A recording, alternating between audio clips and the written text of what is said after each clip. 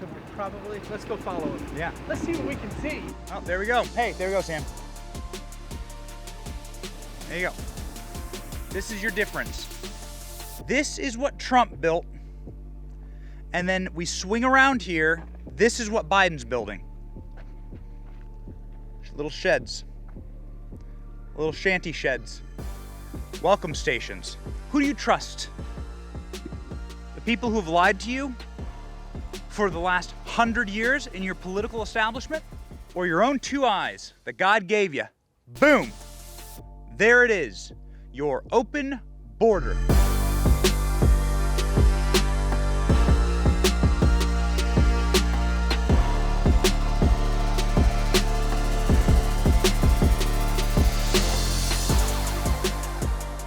As we're coming back filming the invasion of our country, we're actually stopped by Border Patrol and law enforcement. They're bringing each one of us out of the vehicle with our hands above our head and behind our backs, guns drawn, like we're criminals.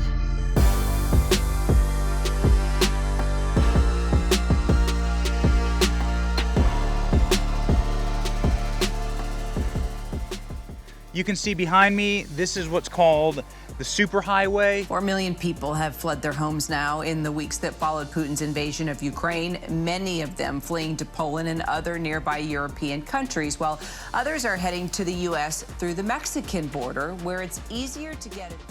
The slave traders of our day, open to America. The biggest tragedy in America is our open border. There is no nation without a border. There is no America without a delineation between America and any other nation. It's really important that we understand as a people that this is changing our American way of life. It wasn't long ago, if you remember, the administration refused to call the situation at the border a crisis. Remember, instead they opted for the word challenge. So the people who have time after time tried to destroy this nation are going all in by saying America shouldn't exist because our borders don't even exist.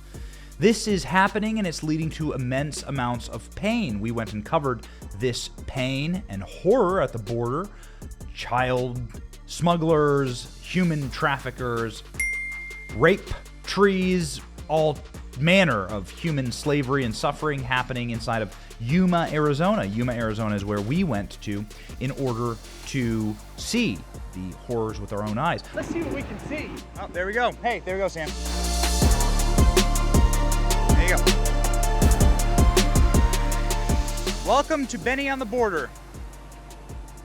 There we go.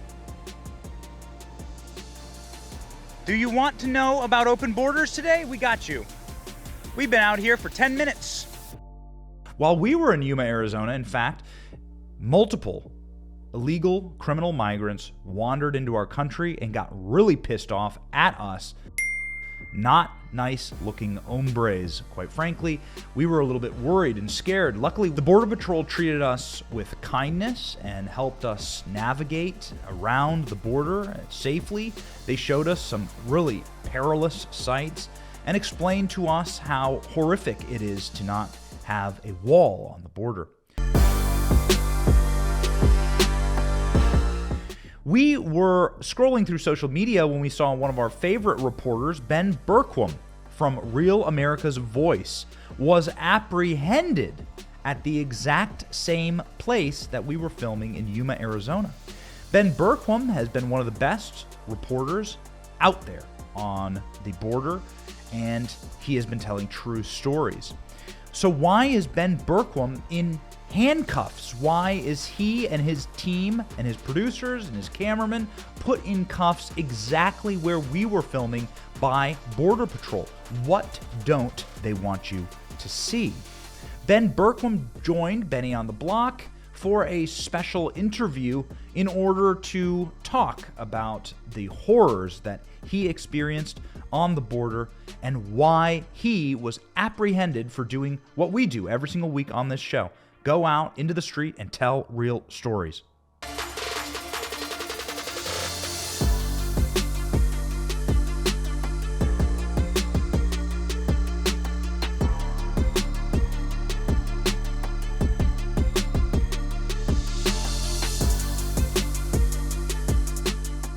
We are so excited to be welcoming Ben Bergquam to the show, who has been on the border and reported for Real America's Voice. He's been one of the only souls who dared cover the absolute atrocities occurring at our southern border.